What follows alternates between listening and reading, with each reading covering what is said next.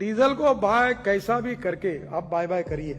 मैं आपको ये बहुत नम्रता पूर्वक रिक्वेस्ट से करूंगा, नहीं तो BS6 जैसा डीजल का भी हाल ऐसा ही होगा कि बस आप करते रहिए, हम इतना टैक्स बढ़ा देंगे कि आपको बेचना मुश्किल हो। आप ही आपके लेवल पर निर्णय करिए ताकि डीजल कम से कम हो। डीजल ज्यादा पोल्यूशन कर रहा है, इसके ऊपर 10% टैक्स एडिशनल लगाना चाहिए। हेलो फ्रेंड्स, क्या भारत में डीजल कार बंद हो जाएगी? डीजल अब भारत में बैन हो रहा है। बैन होगा भी या सिर्फ ये एक जुमला है? अगर बैन हुआ तो वो किन कारणों से होगा, और अगर बैन नहीं होता है तो फिर किन लोगों के लिए अभी भी डीजल कार लेना फायदे का सौदा होगा, और कौन वो लोग हैं जो डीजल कार को अब अवॉइड कर देंगे, वो नहीं लेंगे। सारे सवालों के जवाब ढूंढेंगे आज की इस वीडियो में। तो चलो वीडियो स्टार्ट करते हैं। सबसे पहले आप मोटी चीज समझ लो, डीजल इंजन को बंद करना या ना बंद करना ये गवर्नमेंट के हाथ में है, और सरकार की मंशा साफ दिख रही है मंत्री जी के बयान से कि टैक्स इतना बढ़ा देंगे कि आपको बाय बाय करना पड़ेगा। टैक्स, जी हाँ, मेन मुद्दा, पॉइंट हाईलाइट करके रखना, टैक्स। देखो, किसी भी सरकार के लिए सबसे बड़ी चीज होती है टैक्स का कलेक्शन, उसकी कमाई। सरकार कोई भी हो चाहती है कि ज्यादा से ज्यादा टैक्स का कलेक्शन हो, और दूसरी बड़ी चीज वो चाहती है कुछ ऐसे दिखने वाले काम जिसकी वजह से वो दोबारा सरकार में आ सके। ज्यादा पॉलिटिकल चीजों की बात नहीं करूंगा, ना मुझे पॉलिटिकल इतना कुछ समझ है। सिंपल सा एक लॉजिक है, कोई भी जानता है, वो बता रहा हूं। पैसा ज्यादा से ज्यादा चाहिए, कुछ नाम भी चाहिए ऐसा कि काम किया बोल के दोबारा आने के लिए। Simple, clear. तो अब सबसे बड़ा कारण जान लेते हैं डीजल बंद करने का, जो मेरे ख्याल से आजकल का बच्चा बच्चा जानता है, क्योंकि इतना प्रचार हो चुका है, हाईलाइटेड है। सब देश को बचाना है पॉल्यूशन से।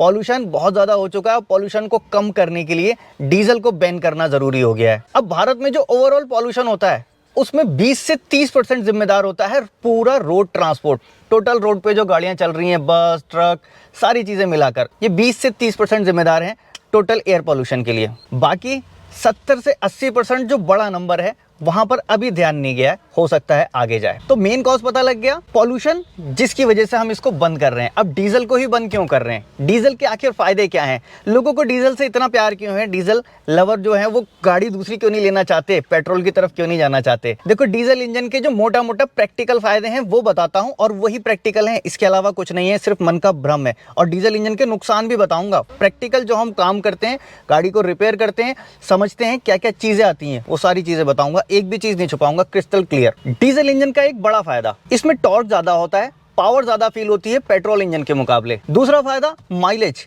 डीजल इंजन का माइलेज किसी भी पेट्रोल कार से ज्यादा होता है। ये एक दूसरी बड़ी वजह होती है डीजल इंजन को चुनने के लिए। डीजल इंजन खुद में एक भारी इंजन होता है, और जब गाड़ी में वो इंस्टॉल होता है, गाड़ी रोड पे चलती है, हाईवे पे चलती है, काफी स्टेबल चलती है। इसलिए जिनकी रनिंग ज्यादा होती है, हाईवे पे ज्यादा चलना होता है, तो वो लोग डीजल इंजन को प्रेफर करते हैं। एक तो पैसा भी बचाएगा, दूसरा उनको पावर ज्यादा फील होगी, कहीं ओवरटेक करना हो तो एक बार में निकल सकते हैं, गाड़ी स्टेबल भी चलेगी, गाड़ी का उन्हें फील आएगा। अब जब डीजल इंजन के फायदे हैं तो कुछ नुकसान भी जरूर है। नुकसान भी बता देता हूं, डीजल इंजन के क्या क्या नुकसान होते हैं। पहला बड़ा नुकसान, पॉल्यूशन। जी हाँ, एयर को ज्यादा पॉल्यूट करता है हमारा डीजल इंजन से निकला हुआ एग्जॉस्ट, इसका धुआं, क्योंकि इसके धुएं में कार्बन पार्टिकल्स होते हैं। वो कार्बन पार्टिकल्स एयर को पॉल्यूट करते हैं। साथ में निकलने वाली नॉक्स, जो एक गैस है, हार्मफुल होती है, जहरीली होती है, जो हवा को प्रदूषित करती है। नॉक्स पेट्रोल से भी निकलती है, नॉक्स डीजल से भी निकलती है, डीजल से थोड़ी ज्यादा निकलती है। साथ में यहाँ कार्बन सूट भी ज्यादा निकलते हैं। आप कभी डीजल कार के पीछे खड़े हो जाना, एग्जॉस्ट के पास हाथ लगाना और एक्सीलेटर देना, देखना आपका हाथ काला हो जाएगा, कोई कपड़ा होगा तो काला हो जाएगा। और यहीं अगर पेट्रोल इंजन होगा, आप एक्सीलेटर दोगे तो जो एग्जॉस्ट निकलेगा उससे हाथ काला नहीं होगा, कपड़ा काला नहीं होगा। वो जो काले पार्टिकल्स हैं वही हैं कार्बन पार्टिकल्स, जो एयर को पॉल्यूट करते हैं। अब एयर पॉल्यूशन क्योंकि डायरेक्टली पॉकेट पे इफेक्ट नहीं करता, इसलिए ज्यादा लोगों को उससे फर्क नहीं पड़ता। लोगों को फर्क पड़ता है पॉकेट से। तो अब पॉकेट पे आते हैं। देखो, डीजल इंजन का मेंटेनेंस पेट्रोल के मुकाबले में महंगा हो गया है, जबकि पहले ऐसा नहीं था। 2000 से पहले वाली गाड़ियां, उनका मेंटेनेंस इतना ज्यादा नहीं होता था पेट्रोल के मुकाबले। हाँ, 19-20 का फर्क था, लेकिन अब 10 और 40 का फर्क आने वाला है। कैसे आएगा वो देखो। डीजल इंजन में जो लगे हुए पार्ट्स होते हैं वो कॉस्टली पार्ट्स होते हैं, और कुछ एक्स्ट्रा पार्ट लगे होते हैं डीजल इंजन को पावर देने के लिए, जिसमें कि सबसे पहला नंबर आता है टर्बो चार्जर का। ये एक महंगा पार्ट होता है। कुछ गाड़ियों में 50,000, 60,000, 70,000, अब तो महिंद्रा की गाड़ियों में 1.5-2 लाख रुपए के भी टर्बो आ रहे हैं। तो एक महंगा खर्चा है टर्बो, और टर्बो चार्जर ज्यादातर खराब होते हैं। इंजन खराब होने से पहले टर्बो खराब होगा ही होगा, और टर्बो खराब हो गया तो वो इंजन को खराब कर देगा। वो कैसे, आप समझ लेना। देखो, टर्बो के साथ एक और चीज लगी होती है डीजल इंजन में, इसका नाम होता है EGR, exhaust gas recirculation system. और ये सारी चीजें पहले नहीं थी, पुराने डीजल इंजन में आपको ये सारी चीजें नहीं मिलती थी। ये धीरे धीरे आगे बढ़ने लगी। अभी आगे और भी चीजें बढ़ी हैं। अब ईजीआर का काम है एग्जॉस्ट को दोबारा से इंटेक कराना कंबशन चैम्बर में जलने के लिए। लेकिन जिस रास्ते से वो अंदर जाता है, जहां से हवा जाती है, जहां से फ्रेश एयर अंदर जा रही है, वहीं से एग्जॉस्ट भी अंदर जा रहा है। और साथ में हवा कैसे आ रही है? टर्बो से होके। देखो मैंने पहले भी बताया था आपको, टर्बो जल्दी खराब होता है, और जब वो खराब होता है उसका मेन कारण उसकी शाफ्ट कट जाती है, जहां से ऑयल लीक होने लगता है। ऑयल लीक होके एयर के साथ मिल जाता है, हवा के साथ इंजन के अंदर जाने लग जाता है। कहां? कंबशन चैम्बर में, वहीं जहां पे ये एग्जॉस्ट भी जा रहा था। अब आप देखो इधर से ऑयल आ रहा है लीक होके, क्योंकि टर्बो खराब हो गया। इधर से एग्जॉस्ट आ रहा है ईजीआर की तरफ से। एग्जॉस्ट में क्या है? कार्बन पार्टिकल्स हैं, जो हाथ काला कर रहे थे। अब वो काले पार्टिकल्स और ऑयल के साथ मिलके एक स्लज बना देते हैं, ग्रीस बना देते हैं। वो ग्रीस डीजल इंजन के लिए एक बड़ा किलर होता है। तो टर्बोचार्जर और ईजीआर का कॉम्बिनेशन एक बड़ा दुश्मन है डीजल इंजन का, और ये महंगा खर्चा लेता है। और कई बार तो ये खुद खराब होते हैं, इंजन को भी ले डूबते हैं। अगर प्रॉपर इनको मेंटेन नहीं किया गया तो ये एक बड़ी मुसीबत बनते हैं। साथ में डीजल इंजन के साथ एक प्रॉब्लम और है, वो है इसका फ्यूल सिस्टम। डीजल इंजन का फ्यूल सिस्टम काफ़ी कॉस्टली होता है। इसके इंजेक्टर्स और इसका पंप पेट्रोल के मुकाबले में कई गुना ज़्यादा होता है, थोड़ा बहुत नहीं, कई गुना। अब डीजल इंजन में क्या होता है? इंजेक्टर्स अगर खराब हो गए तो वही लाख रुपए, 1.5 लाख रुपए, 2 लाख रुपए तक चला जाता है। पंप चला गया तो फिर और समझ लीजिए, मतलब फ्यूल में थोड़ी सी गड़बड़ हुई और आपके इंजेक्टर और फ्यूल सिस्टम गया, आपको लग गई तगड़ी चपत। और तो और डीजल इंजन में लगा हुआ कैटालिटिक कन्वर्टर। अब देखो ये सारी चीजें पॉल्यूशन के लिए काम कर रही थी। ईजीआर भी पॉल्यूशन को कम करने का काम कर रहा था, नॉक्स वैल्यू को कम करने के लिए वो कैटालिटिक कन्वर्टर है। लेकिन उसमें इतने बारीक बारीक छेद होते हैं तो कई बार उसमें कार्बन पार्टिकल्स चिपक जाते हैं, चोक हो जाता है वो। अब जब वो चोक हो जाता है तो फिर इंजन के लिए मुसीबत खड़ी करता है, इंजन पे लोड पड़ता है। तो अब ये कैटालिटिक कन्वर्टर ये था आपके VS4 तक, अभी तक हम बर्दाश्त करने के लायक थे। ठीक है, इतना भी खर्चा है, कर लेंगे, क्योंकि इतनी सारी चीजें मिल रही हैं और ज्यादा चलना है, रनिंग ज्यादा है, वो हो जा रही है। अभी BS6 आ गया। BS6 में गवर्नमेंट ने और बाउंडेशन लगा दी। डीजल इंजन से निकली हुई नॉक्स और ज्यादा कम होनी चाहिए, कार्बन और ज्यादा कम होना चाहिए, कार्बन तो बिल्कुल भी नहीं चाहिए। अब मैन्युफैक्चरर्स को आनन फानन में, क्योंकि ये जब BS6 आया, BS5 आया ही नहीं, BS4 के बाद सीधे BS6 आया। मैन्युफैक्चर रेडी नहीं थे, आनन फानन में इन लोगों ने जो भी R&D करनी थी की, डीजल इंजन के साथ एक DPF लगा दिया। अब ये DPF एक बड़ी मुसीबत लेके आया। लेकिन मोटा मोटा कहें तो ये DPF ट्रैप करता है कार्बन पार्टिकल्स को, और उस ट्रैप करने के साथ साथ अगर ये चोक हो गया तो खुद में एक बहुत महंगा आइटम है। 1.5 लाख रुपए, 2 लाख रुपए, 2.5 लाख रुपए तक DPF जाता है। और कई बार पूरी तरह से खराब नहीं भी हुआ, अपने आप को साफ नहीं कर पाया, उसको साफ करने के लिए भी एक पूरा सिस्टम है। उस सिस्टम में कहीं भी एक खामी आ गई और वो साफ नहीं कर पाया अपने आप को, तो फिर वही कहानी, एग्जॉस्ट बंद हो गया, इंजन पे लोड पड़ा, इंजन वीक हो गया, इंजन की पावर चली गई, इंजन की लाइफ खत्म हो गई। और डीजल इंजन जो BS6 के आ रहे हैं, अब उनमें एक और प्रॉब्लम आती है, आपका जो डीजल है वो इंजन ऑयल के साथ मिक्स हो जाता है बिकॉज ऑफ पोस्ट इंजेक्शन, जिसकी वजह से उन गाड़ियों का माइलेज भी थोड़ा ड्रॉप होता है। और अब नए वाले डीजल में लुब्रिकेशन भी बहुत कम हो चुका है सल्फर घटाने की वजह से। इस पे एक डिटेल वीडियो बना रखी है, चाहोगे तो वो वीडियो जाके देख लेना। देखो फायदे गिना दिए, नुकसान गिना दिए मैंने डीजल इंजन के। BS6 आने के बाद वो नुकसान कितने बढ़ गए वो भी गिना दिए। मेन मुद्दे पर आते हैं, डीजल इंजन बंद हो जाएगा या नहीं होगा। बस एक बात मेन समझ लो, बाप बड़ा ना भैया, सबसे बड़ा रुपया। मैंने इस वीडियो के स्टार्टिंग में ही बात की थी कि सबसे ज्यादा प्रायोरिटी होती है गवर्नमेंट की ज्यादा पैसा कमा लेना, और सरकार की कमाई का एक बड़ा हिस्सा ऑटोमोबाइल इंडस्ट्री से आता है, जो कि बहुत ही बड़ा है। एग्जांपल के लिए आपको बताऊं, 20 लाख रुपए आपने किसी SUV पे खर्च कर दिए तो समझ लीजिए उसमें से 13 लाख रुपए के आसपास सरकार को टैक्स चला जाता है। बची हुई 7 लाख रुपए की वो बेचारी SUV थी, जिस SUV को बनाने वाली कंपनी ने अपना सारा खर्च और प्रॉफिट उसमें निकाल लिया, और साथ में बेचने वाले डीलर्स ने भी सारा खर्च और प्रॉफिट उस 7 लाख में ही निकाल लिया। बचे हुए 13 लाख टैक्स में जाते हैं। तो मतलब मोटी कमाई ऑटोमोबाइल इंडस्ट्री से है। ऑटोमोबाइल इंडस्ट्री जब ग्रो करेगी तो गवर्नमेंट का रेवेन्यू बढ़ेगा, गवर्नमेंट की इनकम बढ़ेगी। सरकार का मेन मोटो क्या था? इनकम को बढ़ाना। अब ऑटोमोबाइल इंडस्ट्री को भी बढ़ाना है। अभी तो 20 लाख वाली में आपने 13 लाख लगभग टैक्स दे दिया था, 7 लाख की गाड़ी घर लाए थे। अब उस गाड़ी को चलाने के लिए जब आप पेट्रोल भरवाते हो तो वो भी सरकार की रेवेन्यू का एक बड़ा सोर्स है।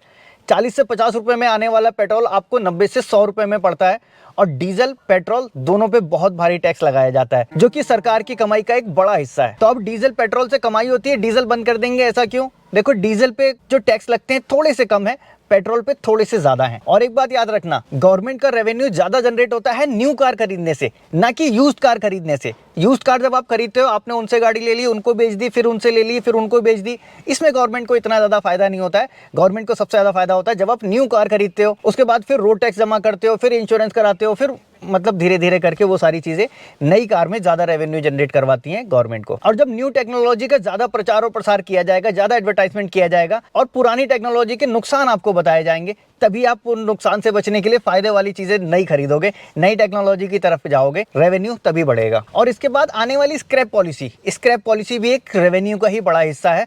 साथ में ईवी, ये भी प्रचार प्रसार जैसा ही है। अब अगर डीजल इंजन सरकार को बंद ही करना होता तो जब 2020 में BS5 को स्किप करके सीधे BS6 ले आया गया, मैन्युफैक्चर के लिए बड़ी मुसीबत डाली गई। अचानक से इतने सारे चेंजेस करने को बोला गया, जिससे घबरा के कुछ मैन्युफैक्चर ने तो अपने डीजल इंजन ही बंद कर दिए। बोले साहब हम तो बना ही नहीं पाएंगे, अब डीजल इंजन बंद करो। और उन्होंने अपने पेट्रोल इंजन पे काम करना शुरू किया। मोस्टली लोगों ने ऐसा ही किया, और जो लोग बना भी रहे वो बड़ा लिमिटेड बना रहे हैं। अब उसकी मार्केटिंग भी कर रहे हैं, उसको बेचना भी है उनको। तो अगर बंद करना होता तो वो 2020 में उसी समय बंद कर दिया जाता जब BS6 आया था। लेकिन वहां पे DPF और यूरिया और एडब्लू वाली चीजों को इंट्रोड्यूस करा दिया गया। इसको डालिए, इसको करके इससे काम चलाइए। क्यों देखा जा रहा है, परखा जा रहा है कि कितना ज्यादा प्यार करते हो आप डीजल से, कि अब यहां तक भी दे सकते हो, फिर अब यहां तक भी दे सकते हो, इसको भी अफोर्ड कर सकते हो, उसका नुकसान भी अफोर्ड कर सकते हो, अभी भी डीजल चलाएंगे। सर भले कट जाए लेकिन सलामी तोप से लेंगे। तो वो वाली चीज़ों को आपके ट्राई किया जा रहा है। मतलब सीधा है, डीजल को ऐसे बाय बाय नहीं किया जा सकता, डीजल को टोटल बैन नहीं किया जा सकता, क्योंकि खुद गवर्नमेंट भी डीजल का सबसे ज्यादा इस्तेमाल करती है। आप देखोगे गवर्नमेंट सेक्टर में जितनी भी गाड़ियां आपको मिलेंगी, डीजल गाड़ियां मिलेंगी। गवर्नमेंट के जितने भी प्रोजेक्ट चलते हैं, जितने भी अर्थ मूवर मशीन्स होती हैं, वो सारी डीजल पे ही चलती हैं। और साथ में इलेक्ट्रिक कार को चार्ज करने के लिए जो बिजली होती है, उस बिजली को बनाने के लिए कोयला और डीजल ही जलाया जाता है, तब जाके वो बिजली बनती है। जो बड़ी बड़ी टरबाइन बिजली बना रही है, जिनका धुआं बहुत ज्यादा निकल रहा है, बहुत ही ज्यादा, उनमें कोई ऐसा कैटालिटिक कन्वर्टर या फिर DPF ऐसा कुछ लगाया नहीं होता, तो फिर भी डीजल को बैन नहीं किया गया। मतलब ऐसा लगता नहीं कि डीजल को बैन किया जाएगा, लेकिन हाँ, मुश्किलें जरूर बढ़ाई जाएंगी। आपको कसौटी पे घिसा जाएगा, आपके प्यार को परखा जाएगा कि कितना प्यार है आपका डीजल इंजन के साथ। अब ये भी बढ़ा देंगे, अब ये भी बढ़ा देंगे कि बेचना मुश्किल हो जाएगा, आपको खरीदना मुश्किल हो जाएगा।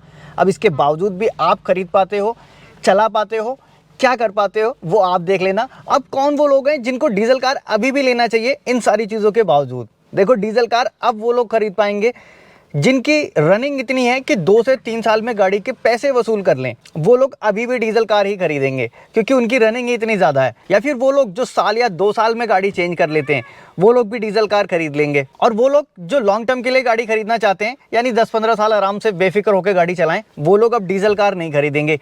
वो लोग प्रेफर करेंगे पेट्रोल कार या फिर हाइब्रिड कार। ईवी कार वो भी प्रेफर नहीं करेंगे, या फिर प्योर पेट्रोल या CNG कार। इस तरह की गाड़ियों को लोग चुनेंगे डीजल कार को अवॉइड करते हुए। अब डीजल बंद कब होगा? देखो, 2027 में अगर हो सका तो कुछ मेट्रो सिटीज में, बड़ी सिटीज में जहां पॉल्यूशन की ज्यादा दिक्कत है, वहां पे इनको बैन किया जा सकता है 2027 तक। अभी फिलहाल की कोई बात नहीं है। तो देखो, प्रॉब्लम की एक लाइन सी बनती चली जा रही है। इधर से बचते हो इधर आ जाती है, इधर से बचते हो इधर आ जाती है। अब आप कितने बड़े खिलाड़ी हो कि इन लाइन को पार करके भी डीजल को अपने पास लगा के रख सकते हो, वो आपके ऊपर डिपेंड करता है। फिलहाल मैंने कोशिश की थी कि सारी चीजों को क्लियर आपको समझा दूं, जो फैक्ट थे वो आपको बता दूं। कैसा लगा वीडियो कमेंट में ज़रूर बताना। वीडियो अगर अच्छा लगेगा तो लाइक कर देना। और हाँ, अगर इंस्टाग्राम पे आपने अभी तक फॉलो नहीं किया तो जाके फॉलो कर लेना, वहाँ 1 मिनट में बड़ी बड़ी बातें बता देता हूँ। तो अब मिलूंगा नेक्स्ट वीडियो में ऐसे ही किसी इंटरेस्टिंग टॉपिक के साथ। Thanks for watching. Video and हो गया, अभी तक आपको एडी से नहीं मिलवाया। एडी हेलो कह दो। हेलो। अच्छा, अब बाय बाय कह दो। Bye bye. चलो जी, वीडियो को लाइक ज़रूर कर देना।